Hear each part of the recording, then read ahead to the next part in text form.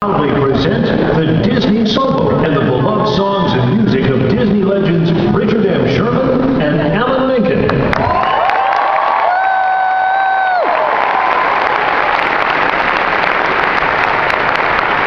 Now, please welcome your host for this evening, noted Disney historian and popular Disney event personality, Tim O'Day.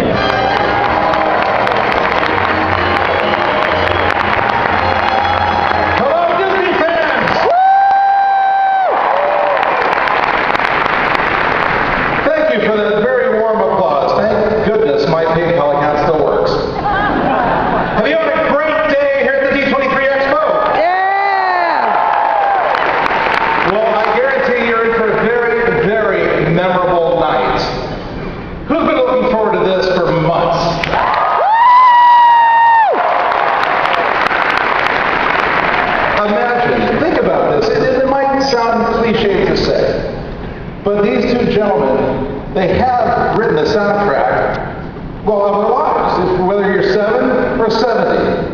And it's truly amazing that they're sharing the stage for the first time. So, are you ready? Yeah! Ladies and gentlemen, please welcome Disney legends Richard Sherman and Alan Menken.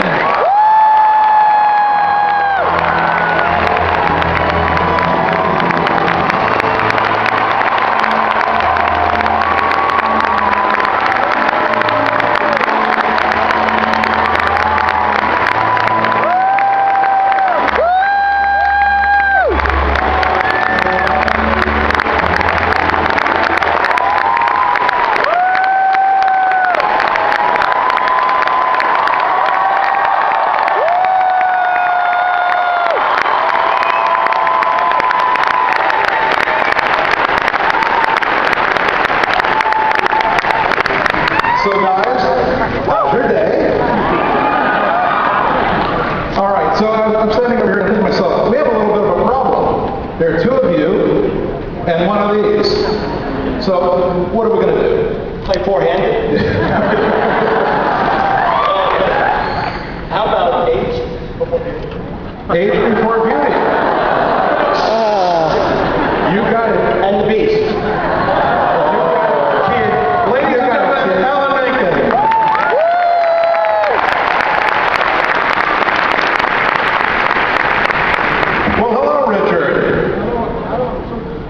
Very happy to be among my family again. The Disney folks, that's all my family.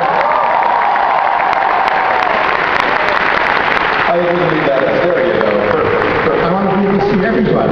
These guys over here and these guys over here. So, good to be with you, Tim. Good to be with you. It's great. How many of you have joined us before? What do we know? Well, we're going to throw a few new wrinkles into this, but you know, we were talking backstage. Let's start with, you referred to her as your good luck charm. My lucky star. There's a lovely young lady. She was 15 years old. She set up the microphone and she sang a little about her back in 1958, long before many of you were born. And it was Annette Funicello. She had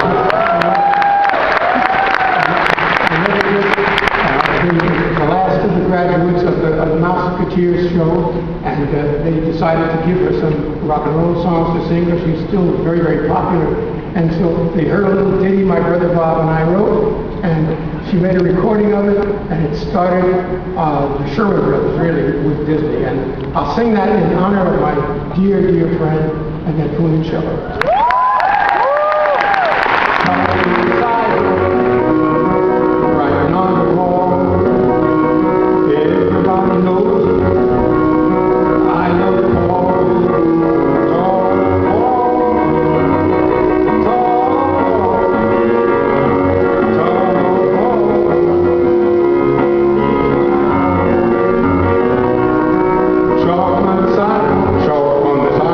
Needles on a tree,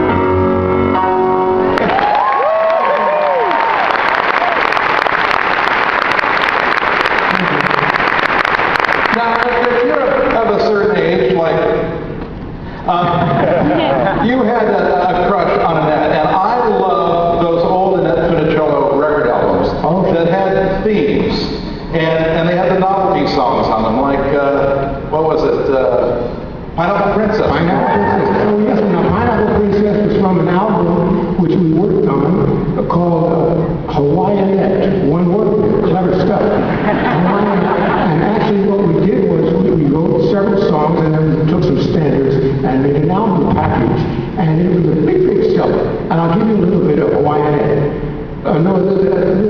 What was it? Pineapple Princess, that's it. I saw a boy on Oahu Island, floating down the bay on a crocodile. He waved at me and he swam ashore, and I knew he'd be mine forevermore. Pineapple Princess, he called me Pineapple Princess all day as he played his ukulele on the hill of the bay. Pineapple Princess, I love you, you're the sweetest girl I've seen. Someday we're gonna marry, and you'll be my pineapple queen. And that's what it was. We had a series of those songs. The next time it was a big hit, so they said, do another one. So we did an Italian-themed album. It was called Italianette. And then we did a third one about dance music. We did Danceanette. And one day Annette said to us, what are you going to do next? Bassinet? What was it? The kitchenette. She was out of the house one day, kitchen, but we didn't do any more of those. That was enough of it. When you got the kitchenette, yeah, you're over. Peanut butter. So let's talk about another little teenage idol that you worked with. Her name was Haley Mills. Oh, incredible actress. And the trouble with that was we had written some songs for a film called The Parent Trap. You might know that. And it was going to be a sequence where Haley and Haley, the two Haleys, would sing a duet together called Let's Get Together. It was kind of a subtle, a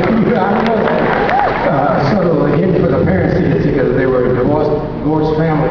So basically, we had this recording session, and Haley was very hesitant. She was very afraid about doing anything, and I realized that she was not happy. So I said, what's the matter, dear? And she said, well, I'm an actress. I'm not a singer. And I said, but you are a wonderful actress. Well, she says, thank you. I said, why don't you act like you're a singer? I can do that. And she came out with a million seller. Oh, I really think you're swell. Really ring the bell. Ooh-wee. And if you stick with me, nothing could be great to say, hey, I like it. Let's get together. Yeah, yeah, yeah. Why don't you and I come around? Let's get together. What do you say? We could have swinging time. We'd be a crazy team. Why don't we make a scene? Let's get together.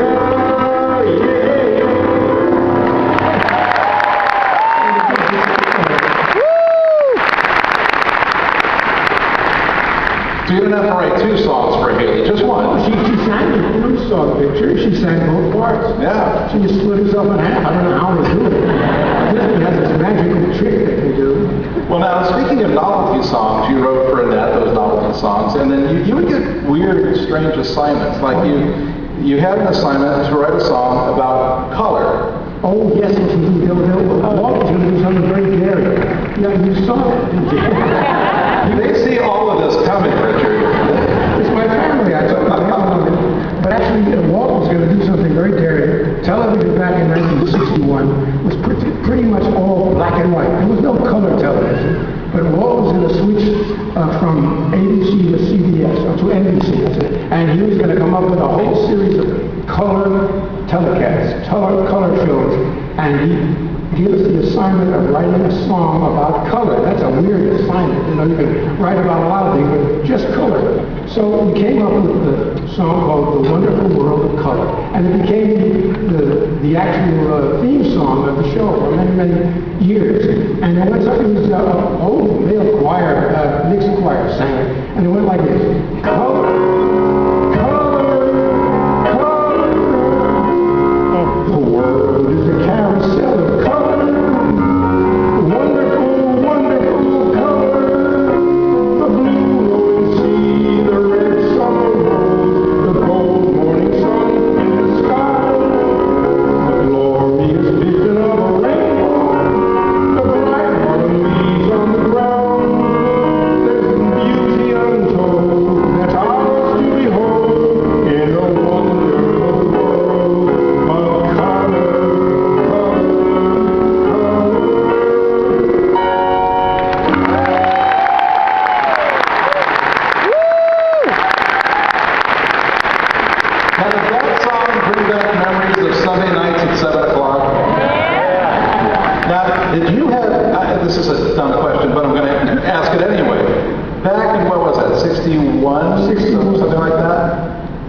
imagine that almost 50 years later, it would be the theme song of a spectacular show at Disneyland? Who'd have thunk it? It's amazing. No, I feel very thrilled about so many things that we've done at Disney. They became timeless because the Disney magic is on them. And like many times, people write songs for projects, shows, movies, and they're forgotten. They're used once and never again. But with Disney, it stays. It keeps going back and back and back. And that's one of the great blessings of writing for Disney. It really is.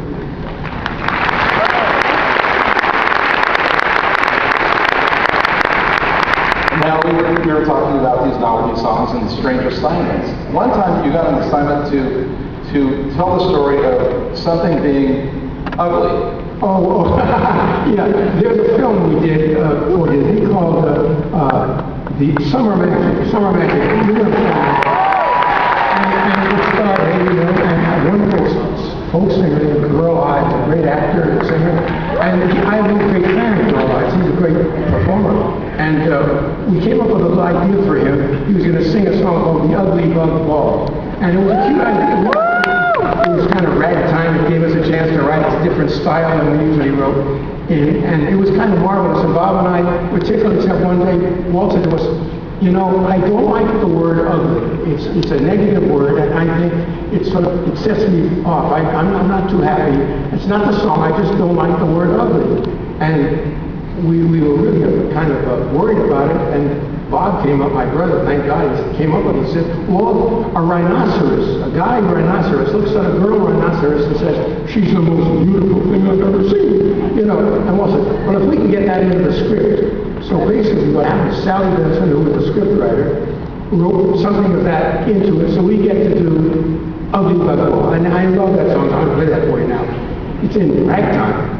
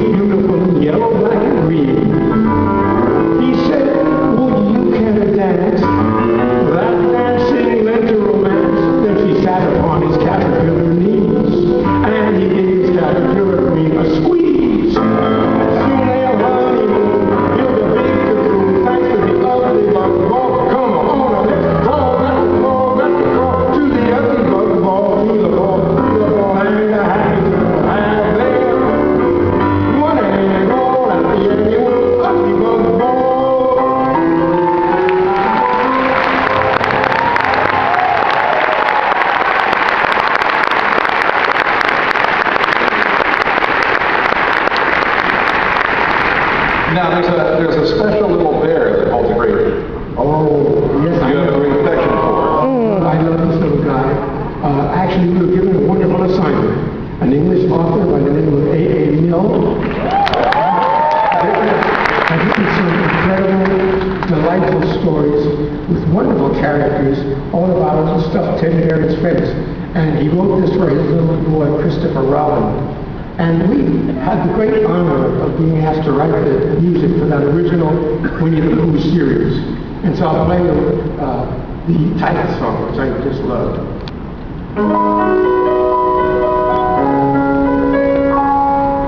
Deep in the 100-acre wood, where Christopher Robin plays, you'll find the enchanted neighborhood of Christopher's childhood days.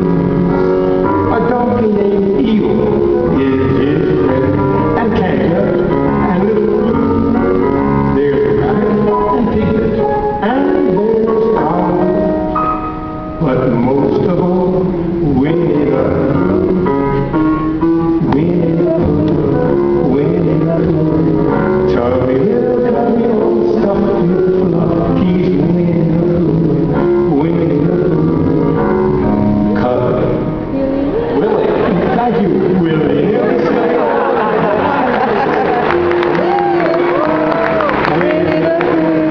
Chubby little stuffed with fluff, he's Winnie the Pooh, Winnie the Pooh. Willie nippy, silly old bear.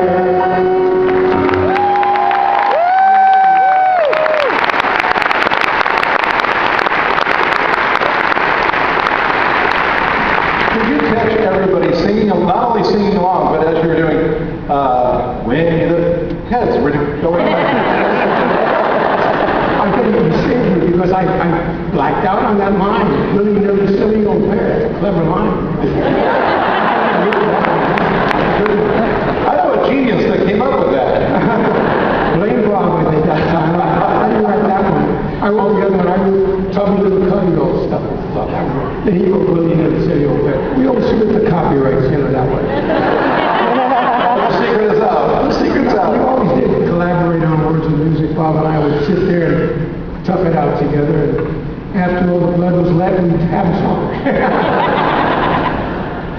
So one of my favorite segments of one of the Pooh featurettes is when Pooh does his stoutness exercise. Oh, stoutness exercise. Well, actually, he exercises for different reasons than you or I. We want to lose a few pounds, tone up the muscles, not Pooh. He has his own reasons. Up, down, up, down, up, down, up. When I up, down, and touch the ground, it puts me in the mood. Up, down, and touch the ground, in the mood for food. When I up, down, and touch the ground, I think of things to chew. Like honey, milk, chocolate, with a hefty, happy appetite. I'm a hefty, happy.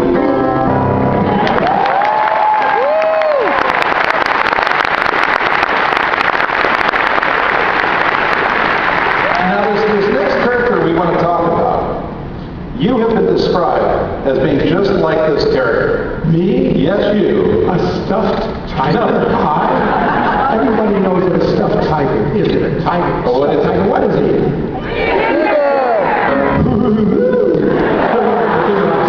These tigers are wonderful things.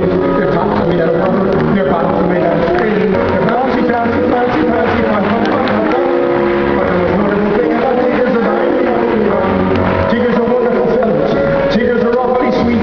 Everyone else is jealous. And that's why the wonderful thing about tigers. These tigers are marvelous chaps. They're loaded with vim and the vigor. They love to leave in your laps. They bumpy, jumpy, bumpy, bumpy, fun, fun, fun, fun, fun. But the most wonderful thing about tigers is I'm the only one. The only one.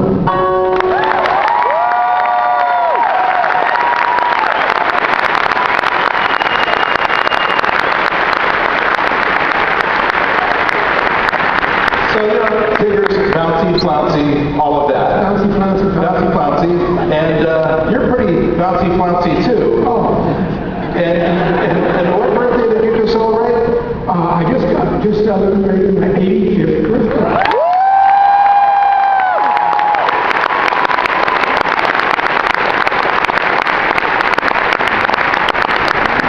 You're doing great. Now, there was another film that you did that I know is one of your personal favorites, and that would be The Jungle Book. Oh, I love it.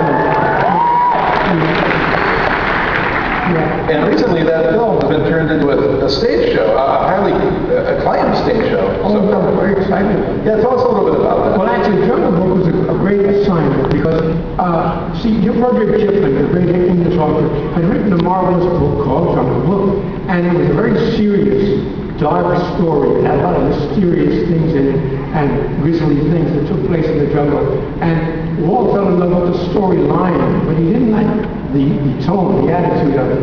And originally there was a series of entire screenplay created for it, and Walt rejected it out of hand. He didn't like it. But he wanted to do the story. So he asked several of us to come into his office one morning, and I remember there were story men there with directors and background people and all. And then Bob and I were the songwriters on the staff, so we were there, of course. And he said, how many of you fellows have read Rudyard Kipling's Jungle Book? And not a hand was raised. It was like being in school and you didn't do the assignment, you know, you couldn't raise your hand. And he said, great, I'm glad you didn't do that because I don't want you to read that book. I want to tell you the story. And he, the greatest storyteller of the last century by far was Walt Disney himself. He told me the story. He was. And he told us that morning how he wanted to see Jungle Book. And he became the different characters. He became Baloo the bear, he became the king of the apes, and he became all these wonderful characters. And all of a sudden, we were nuts about this story. We had to tell it right. And so, one of the assignments, he said, take the scariest, grimmest story and have fun with it. Well, Richard, one of the things that we talked about backstage, actually, you were going on and on about how much you love the stage show, this new stage show, The Jungle Book. It's just wonderful. They've taken the score, the original score, plus Terry Gilcutt's song, which I always take bows for, and I didn't write, and that's the bare necessities. It's a great song. The one song we didn't write in the picture, but all the rest of the songs are Bob's and mine. And that score, plus new additional songs that Bob and I have written for a sequel, plus a few other things, are fattened out into this big stage production. And it looks so great. They have a wonderful live cast, and I'm very excited about it. It'll be touring. I'm sure it'll be coming to the East. But we were talking, you kind of focused on the Vulture song. Oh, I know. It was one of your favorite songs in the film, and they do it in the play as well. Yeah, now there we were assigned to do a song that these vultures, vultures, they wait till something's dead, then they eat them, they eat the carrion. And it's kind of a grisly thing, so we decided, let's not do that kind of vultures. We'll have friendly vultures. We'll have vultures that want to be nice. And there's a little entendre in it. We did it as a barbershop quartet. So you've got to imagine a barbershop quartet with slightly Liverpudlian accents singing this thing. When you're alone, who comes around to pluck you up when you are down? And when you're outside looking in, who's there to open the door? That's what friends are for, and who's always eager to extend a friendly claw. That's what friends are for, and when we're lost in dire need, who's at your side? At lightning speed, we're friends with every creature coming down the pipe. In fact, we've never met an animal we didn't like. Didn't like, you got it. So you can see our friends in need, and friends in need are friends indeed. We'll keep you safe in the jungle forevermore. That's what friends are for.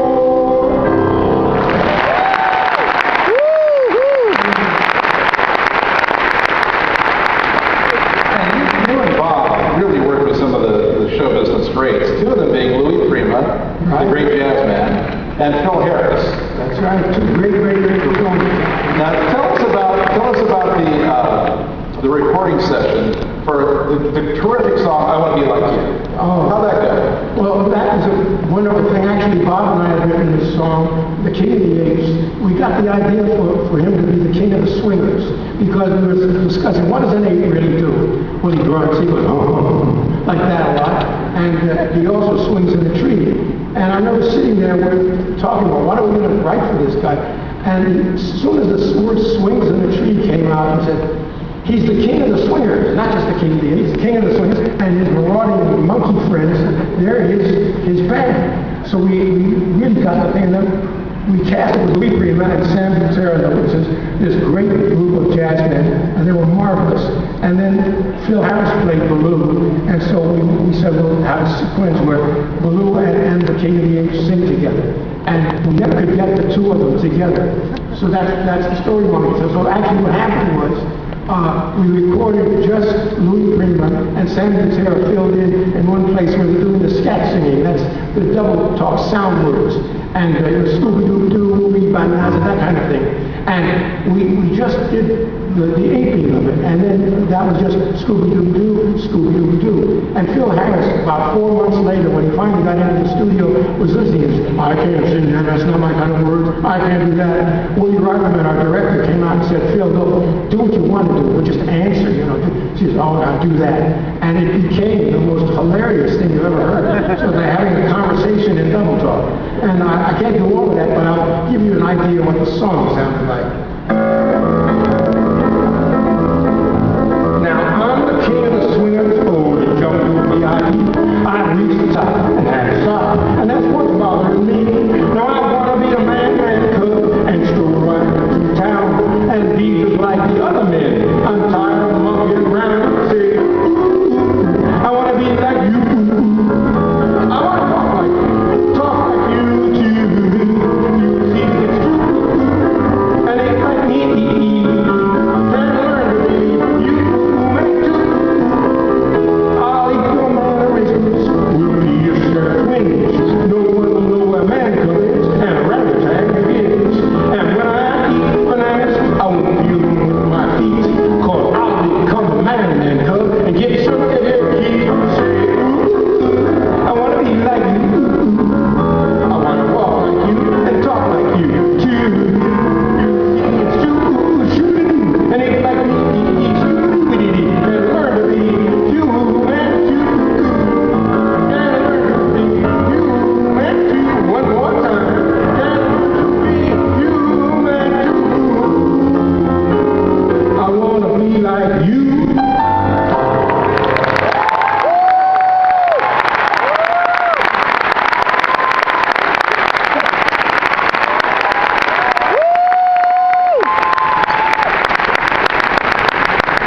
Some of us fumble getting a sentence out, and then he does this. Another great thing he worked with was the great French song stylist Maurice Chevalier. Oh, And the Aristocats, on the Aristocats. right. Actually, Maurice Chevalier was the #1 French performer in the world. He was world famous. And I go with history with that. My father was a songwriter, and he wrote big hits for Maurice Chevalier back in the 30s. He had a big hit called Living in the Sunlight, Loving in the Moonlight. That was my daddy's song. And I grew up listening to records of Maurice Chevalier. I used to love the sound of his voice and his personality. And then one day we got a chance with Walt to write some songs for his pictures, and we did the In Search of the Castaways, The Monkeys Go Home. We wrote special songs from those pictures. And then came the Aristocats. By this time, this was like early 1970, 71, Maurice had retired. He was getting up there, and he wasn't going to do anymore. And our director of the film, Willie Ryderman, actually, was the one that said, Dick, you do that imitation of Chevalier. Why don't you make a demo of the way he sings it, and we'll send it to him. Maybe he'll come out of retirement with this purpose. And I said, I can't do an imitation for Chevalier to hear. He says, look, listen to me, do it that way, it'll be good. So I said, okay. So I'll give you a little sample of what I did for the Aristocats song, and I'll tell you the results afterwards, okay?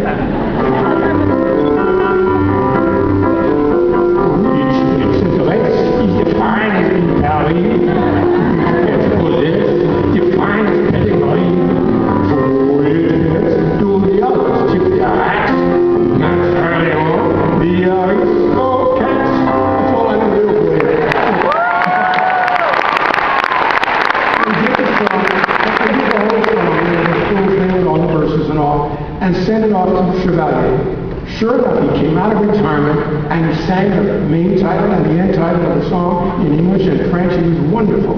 My wife and I happened to be in Paris about 3.5, 4 months after he recorded the song. And we were just coming out of a hotel, and there he was. Maurice and some people, and I said, Maurice, Richard Sherman, remember? Oh, yes, I remember, of course. I said, well, my brother Bob and I are so thrilled that you did this recording, and it sounds so great and everything. Everybody in the studio was excited about it. And he said, well, thank you. He says, I love Walt Disney, and I did this for Walt Disney, and it's a very nice song. I said, well, thank you so much. And he said, I said, but there's one thing that bothers me. I did this terrible, thick, phony French accent on the album, on the record, and I apologize for that. He looked me right in the eye and said, accent? I heard no accent.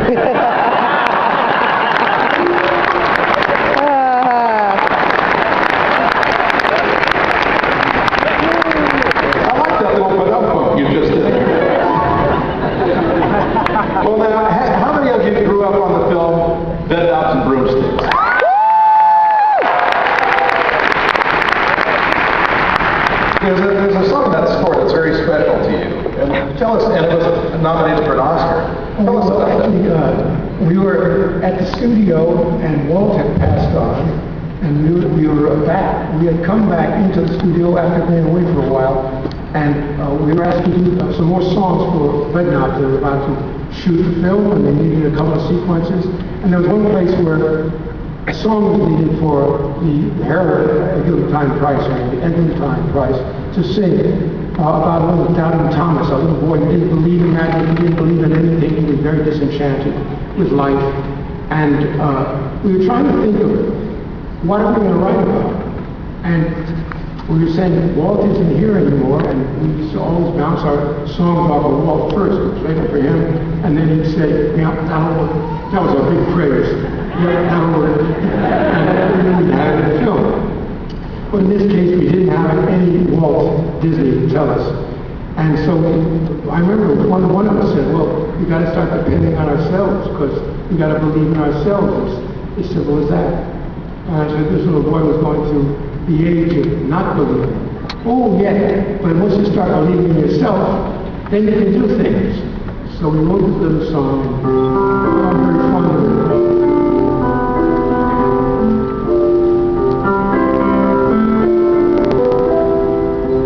When you rush around in hopeless circles, searching everywhere for something true, you're at the age of not believing when all the make-believe is through. When you set aside your childhood heroes and your dreams are lost upon a shelf, you're at the age of not believing. Worst of all, you doubt yourself. You're a castaway where no one hears you on a barren island in a lonely sea. Where did all the happy endings go? Where can all the good times be? You must face the age of not believing, doubting everything you ever knew. Until at last you start believing there's something wonderful, truly wonderful in you.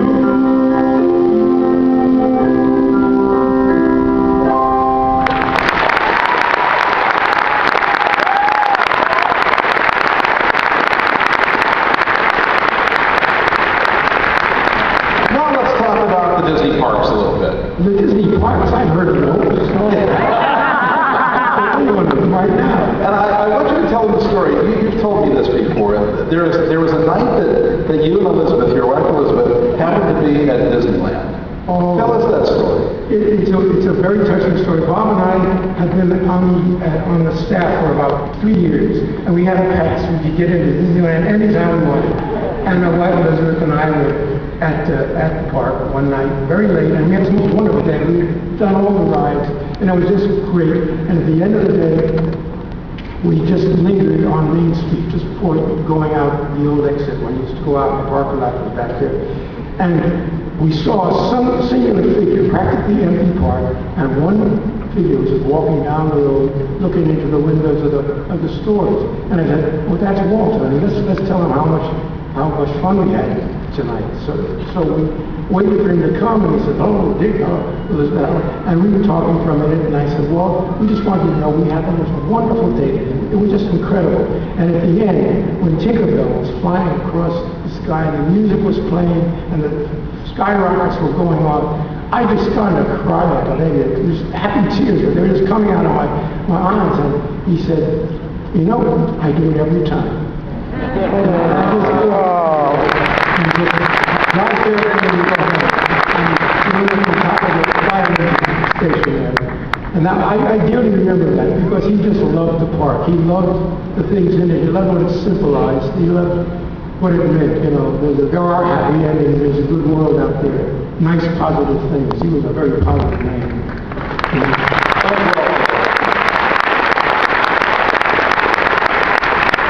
This year happens to be the 50th anniversary of the very first song you wrote at Disney Park.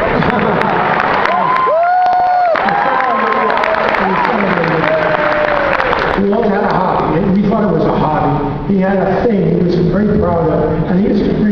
VIPs down to one of the sound stages, and in the corner of this sound stage was like a jungle room.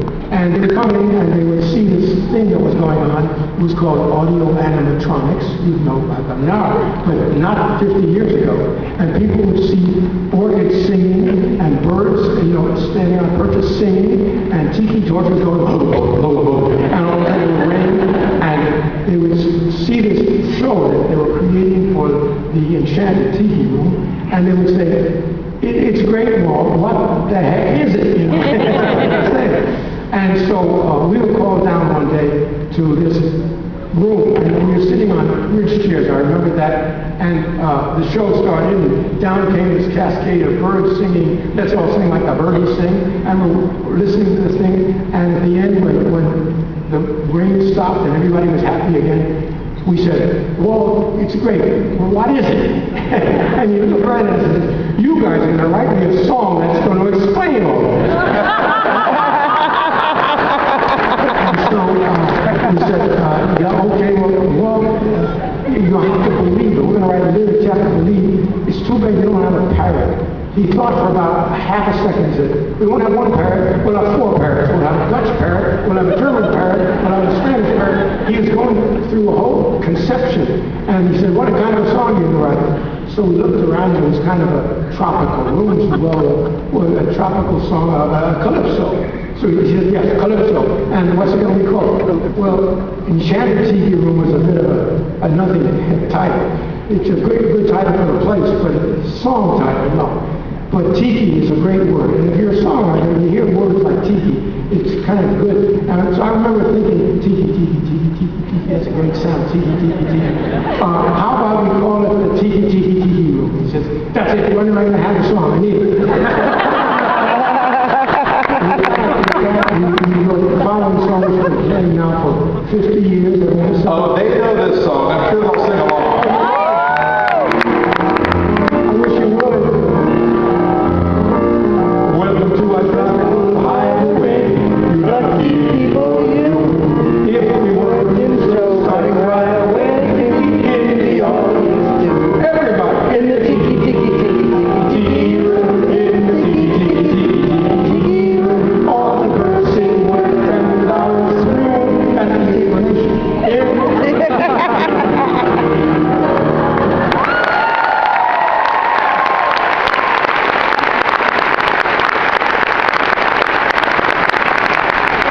Now, this next song you did many years later, but you always refer to it as the Song of the Imagineers, and it's from an attraction called Journey into Imagination.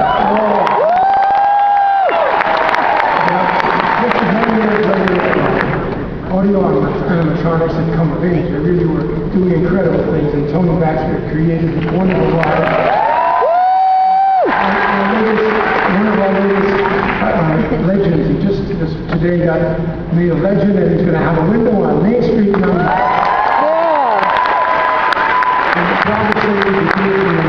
And anyhow, he was creating this journey into imagination. And he had a fellow called a dream finder and a little friend of his called Figment. Now, Figment is a figment of imagination.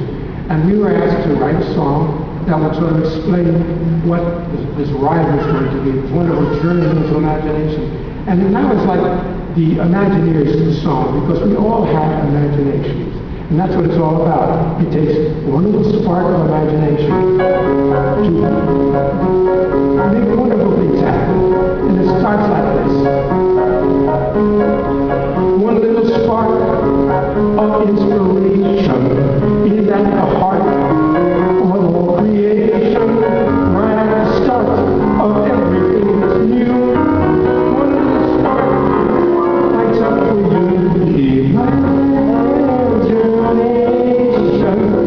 Imagination.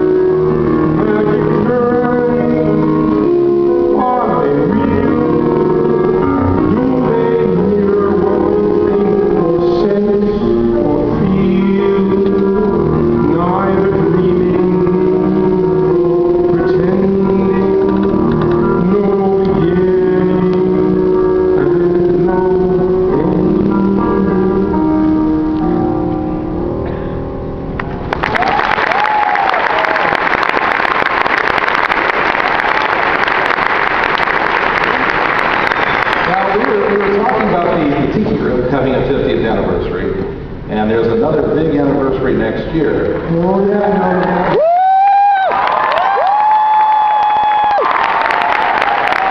How did they know?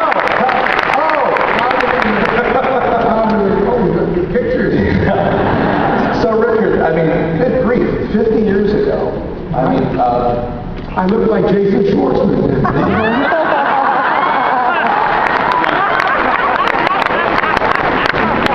well, now let's talk about that. Now you have an involvement in saving Mr. Banks. Oh, yes. It's a very exciting movie. It's coming up. And it must have been an odd experience to see your life being portrayed up on the screen by Jason Schwartzman, who plays Bob, I believe. No, Jason plays you, and DJ Novak plays Bob. plays Bob. Right. How did that feel? Well, it was kind of marvelous, too, because they're reenacting a very key moment in our lives when this rather difficult lady who had created Mary Poppins, she was a brilliant writer, Miss Pamela Travers, Mrs. Pamela Travers, came to the studio. And it's quite a tug of war between Walt Disney, who wanted to make the movie, and Mrs. Travers, who didn't want anybody touching her work. And it was something. Bob and I were caught in the middle of this thing, really. And Don DeGrady, the writer, well, the three of us had concocted a story, a way of telling her wonderful character, giving her character a purpose, because her stories never really explained anything. Just like Mary Poppins says, I never explained anything. And Mary Travers never explained why the stories are there. We sort of pieced together 6 stories and made that into one story. And we had to use Mr. Banks as the foil to have the reason why Mary Poppins come. Mr. Banks is too busy at the bank. And I'm giving away too much of the story, but you'll see it. You'll see the movie. So one of the keynote songs for Mary Poppins is a song called A Spoonful of Sugar. Right. Right. And in the film, she sings it with a little bird. Right. And she sings it again with herself in the mirror. Right. And I think on this song, you might need a little help. So ladies and gentlemen, please welcome Jason Schwartzman and DJ Novak.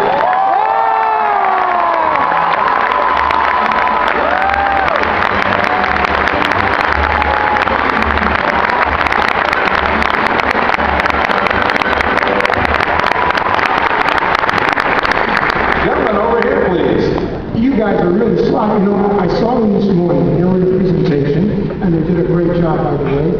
Guys, really. But the thing is that when they did the presentation, I saw them afterwards, and they said, well, are you going to be here tonight? Because we're doing, Alan and I are doing this concert. And they said, no, unfortunately, we're tied up. And I felt so bad, because we never rehearsed it. This is completely brand new. Oh, my goodness. So what are we going to do? Smoke spoonful? Yeah, I think we should do a little bit of spoonful. Spoonful of sugar. You know that one? I know it. You know? Oh. If anyone else knows it, feel free to chime in with this on the chorus. You need help, huh?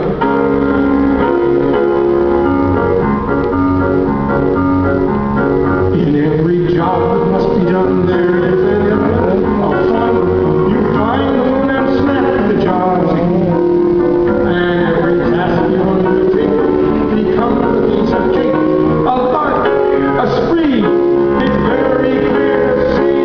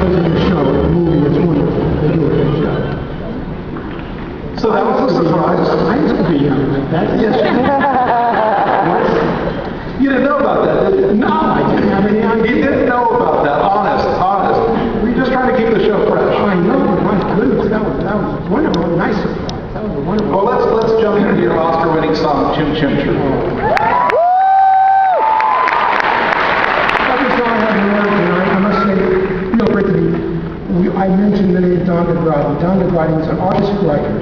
And one day, Bob and I walked into his office. We were working on problems. And there was a picture in the corner of one of the storyboards. And it was just a picture of a chimney sweep walking down Cherry Tree Lane, whistling and holding his brushes over his shoulder. And we said, what is that? He said, well, in one of the chapters, there's a thing where Mary Poppins and the children are there, and she shakes hands with the sweep, and the children say, you've got yourself dirty. And she says, oh no, it's luck when you shake with the sweep. And we said, wow. And as an idea for a song, wow, can you get better ideas? Never. This was a great idea. We said, we've got to write a song like that. And out came this little chimney sweep song, and it became very near and dear to us because it won the Academy Award.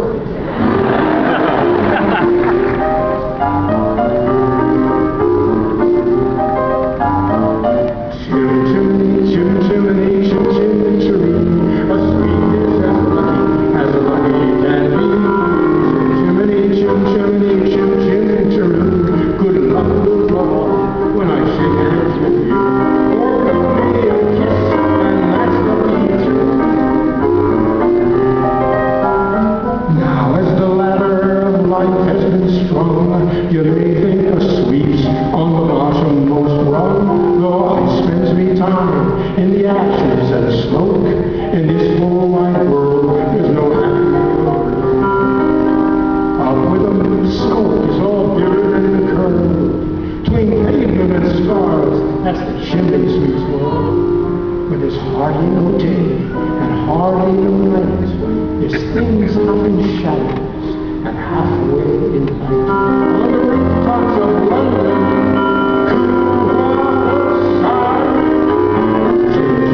chimney, chimney.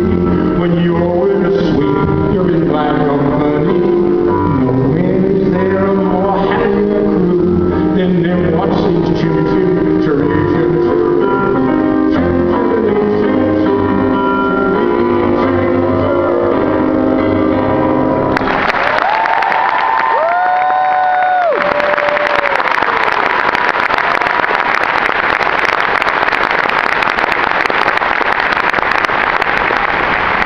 Richard, now let's talk about a song that I know is very near and dear to you, Feed the Birds. Oh,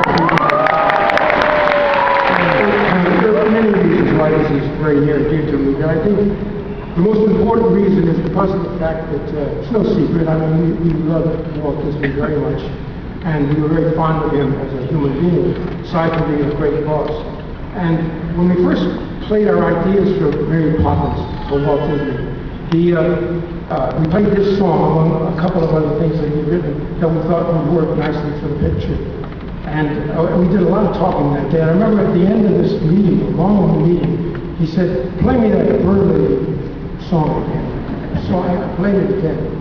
And he said, that's the key to the whole story, isn't it? He said, that's right, Walt, that's it. And that's the day he put us under contract. So he did. That was the day that he put us under contract to him. And 10 greatest years of my life working for Walt Disney. Of course, we've been connected ever since, but this is his song. And I used to go to his office every once in a while. Bob and I on Friday would get a call. He'd come down there and we'd talk about what we were working on, of course. He knew what we were working on, but he still talked to us about it.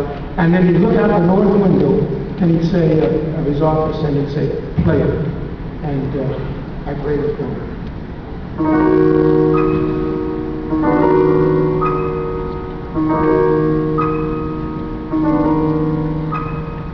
Early each day to the steps of St. Paul's, a little old woman comes. In her own special way, to the people she calls, come buy my bags for a comb. Feed the little birds, show them you care, and they'll be glad to do. Their young ones are hungry, their nests are so bare. What it takes is tuppence from you.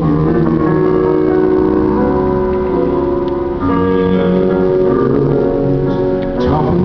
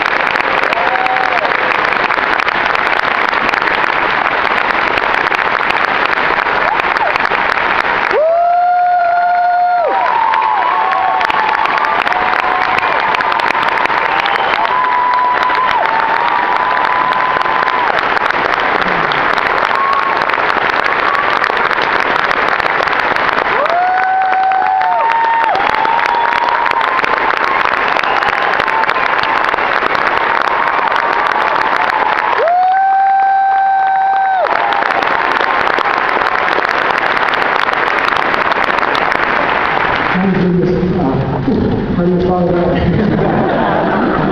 Well, we could tell them what happened to us when we did that at Disneyland. Oh, well, let's tell them about that. Walt's 100th birthday, this is about 12 years ago.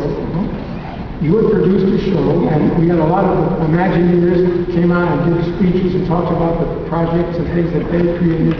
In the honor of Walt, we're dedicating the wonderful statue by Blaine Gibson of Walt and Mickey. Is that up there? It's coming up. Oh, it's a picture where it's the beautiful partner statue. And we were dedicating it. I remember I was asked to do songs we written for the park. Some of the songs we written for the park. So I played several things. And at one point, and there were 2,000 people in the street that day, in Main Street. And I was up on a riser or a white piano. At one point, I turned around and there was Walt and Mickey right behind me. I said, folks, this next song is not for you. It's really, I'm doing it for Walt. This is his song, and I used to like to play this for him. And I proceeded to play Feed the Birds. And I got to the very end of it, where just tuppence with a little run on the piano. And one bird out of a cloud in the sky comes swooping right down over where I was playing the piano. Right, and then off again. And there was an intake of breath. 2,000 people went. And then there was thunderous applause and everything. And I said, what was the gimmick? What happened? I didn't know there was a bird that came through. And I came backstage afterwards and I said to Tim, what happened? And you told me. He said, Walt visited us. Yeah. Visited us, and I thought that was a great moment. He said,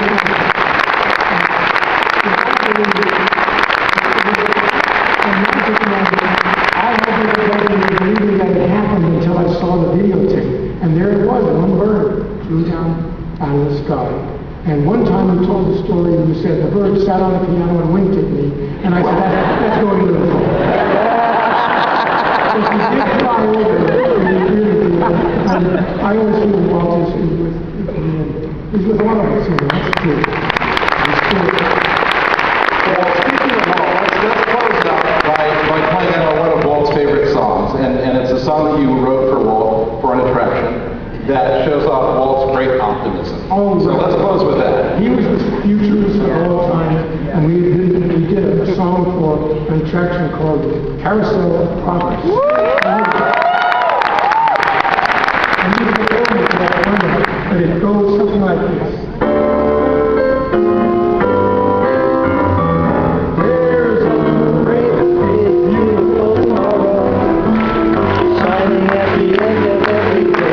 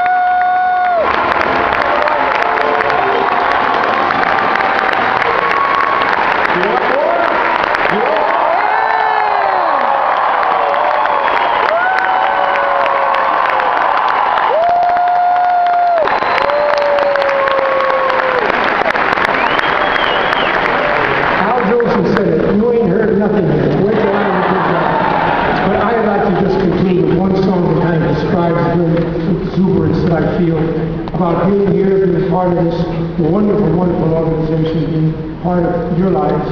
And my brother Bob and I both thank you from the bottom of our hearts. My brother is watching from upstairs, making sure I don't make any mistakes.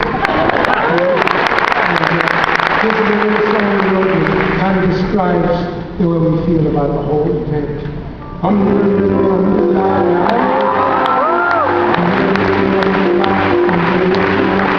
Because I was afraid when I was just alone, he followed me.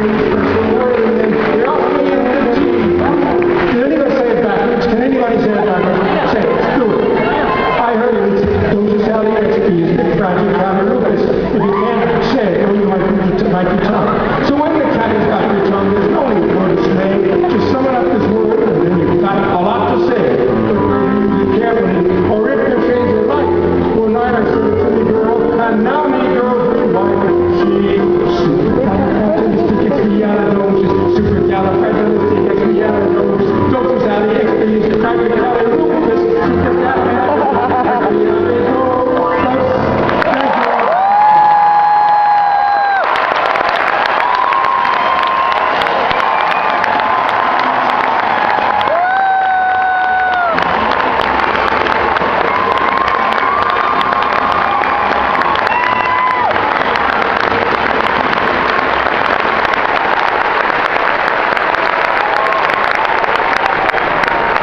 Now, I think Richard said it best. He quoted the great Oliver Jones and he said, "You ain't heard nothing yet." Ladies and gentlemen, Disney legend, Alan Menken!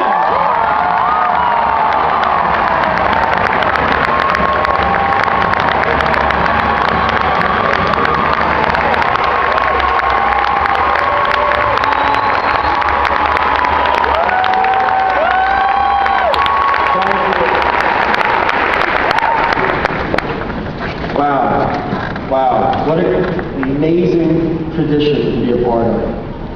To be a part of the same company that the Sherman brothers were writing songs for, and continue to write songs for.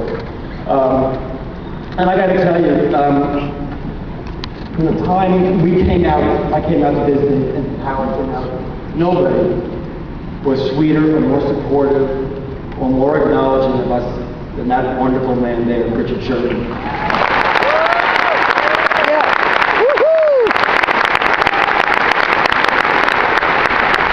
A mensch, real mensch. So, here's where I began at Disney.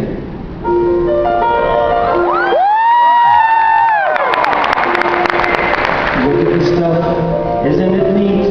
What do you think my collection's complete? What do you think of the girl who has everything? Look at this trove of treasures untold. How many wonders can one cavern hold? Looking around, do you think, sure, she's got everything. I got gadgets and gizmos aplenty. I got who's and what's galore. You want a thing in the box? I got 20. But who cares? No big deal. I want more.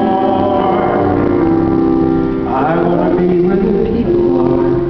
I want to see them dancing, walking around on those, what do you call them? Oh, feet. Living your fins, you don't get too far. Legs are required for jumping, dancing, strolling along down, what's that word again? Street. Up where they walk, up where they run, up where they stay all day in the sun, wandering free. Wish I could be part of that world.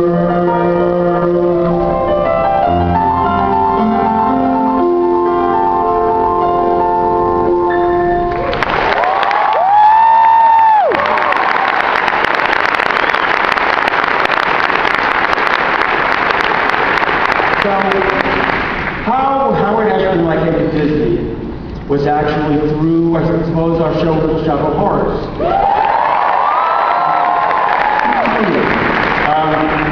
A little off-Broadway show about man-eating plants. You know, after the success of Little Shop, Howard and I sort of went our separate ways for a bit. Not anything between us, because we continued to write together. But he was working on a show with Marvin Hamlish called Smile.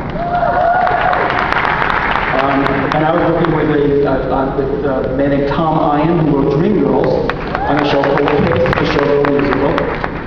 And so for me, kind of the headline of the whole thing was, I'm getting back together with Howard. And in a way, Little Mermaid is our follow-up to Little Shop of Horrors.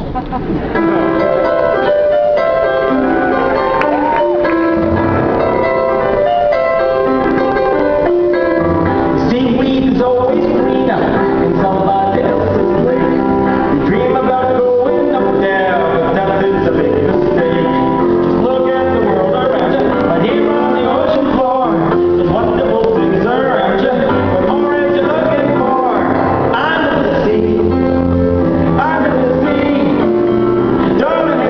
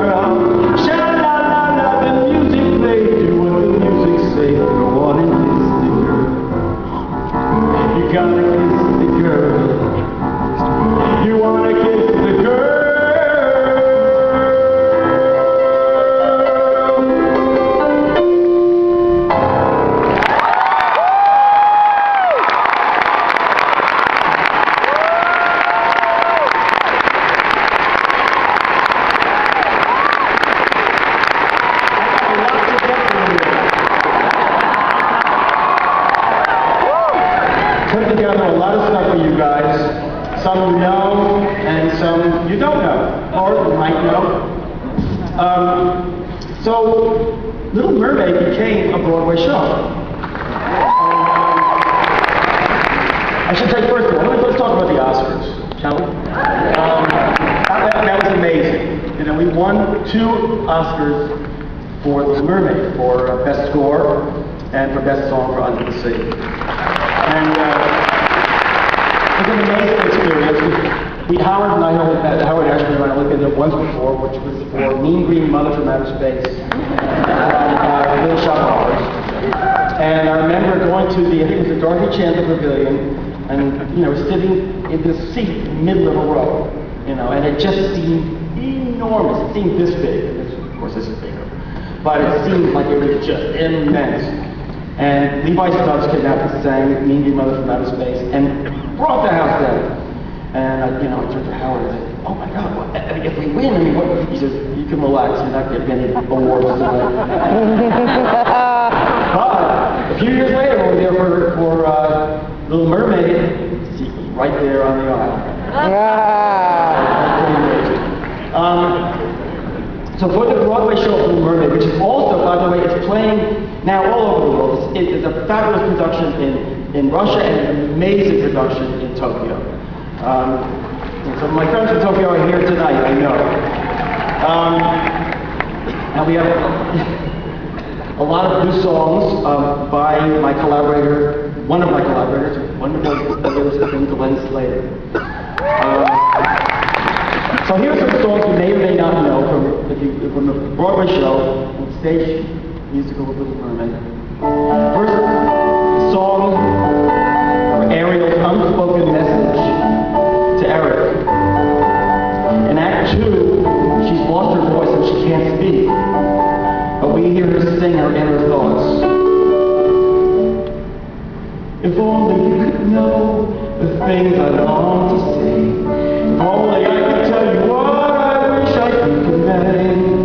It's in my every glance, my heart's an open book. You'd see it all at once, if only you would look. All my secrets, you would learn them. All my longings, you would turn them. Then the silence would be broken. Not a word would need spoken. And there's the moment when her sisters, Ariel's sisters and Flounder, notice that she's in love. She's dizzy and she's dreamy, her head's up in the foam, her eyes have gone all gleaming like there's no one home. She's looked away today, moping on the coastal shell. Is she ill or insane? Is it water on the brain? What's got her bothered so? It's the bends, it's the flu, God, I wish we had a clue. Oh wait, oh dear, could it be? It's clear she's in love. She's in love. Pounding heart, ringing bells. Look, I think she's even wearing brand new shells. She's in love, and it's divine. That girl's on Sandbar Line. Glory be, Lord above. Got to be, she's in love. And we even got a song for Prince Eric. Turns him into a 3-dimensional character. Where did she go? Where could she be? When will she come again? Calling to me, calling to me, calling to me. Somewhere there's a girl who's like the shimmer of the wind above the water. Somewhere there's a girl who's like the glimmer of the sunlight on the sea. Somewhere there's a girl who's like a swell of end.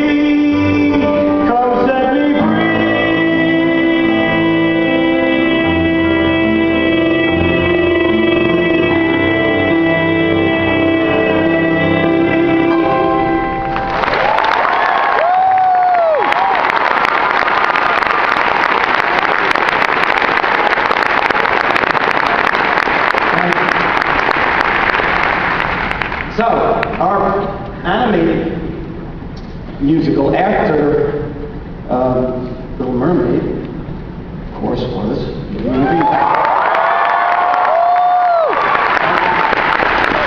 And in many ways, we got more ambitious with Beauty. And Howard and I, we wrote this opening number. And, you know, it was 7 minutes long, and it started, first it came out as a prologue into Belle's cottage, and then she comes out of her cottage, and she's talking about this little provincial town, and she walks into the town, and the people are coming out of the windows, and they're saying, you know, bonjour, bonjour, and she's so unusual, isn't she? And she goes to the bookstore, and then she talks about isn't it amazing, she's looking at her book, and then there's Gaston, and Gaston, you know, crush on her, and then there's counter-melodies, and there's all this stuff going on. And I remember Howard saying, we can't sing this to them.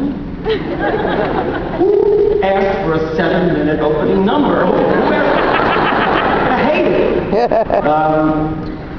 And of course it worked out okay. There goes the baker with his tray like always, same old bread rolls sell. Every morning just the same, the morning that it came, the poor provincial town of Morning Bell. Oh, isn't this amazing? It's my favorite part, because you'll see, here's where she meets Prince Charming, but she won't discover that it's him till chapter 3. Now it's no wonder that her name means beauty, her looks have got no parallel. But beyond the fair facade, I'm afraid she's rather odd, very different from the rest of us. She's nothing like the rest of us, yet different from the rest of us.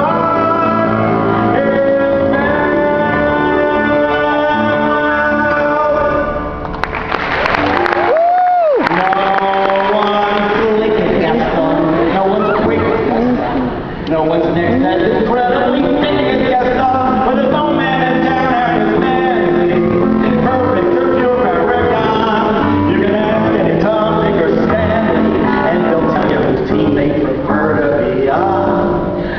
No one's been like Gaston, a kingpin like Gaston. No one's got a swell left in his chin like Gaston, and the president yet I'm intimidating.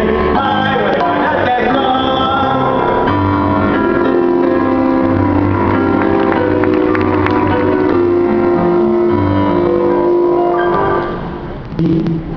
I'll get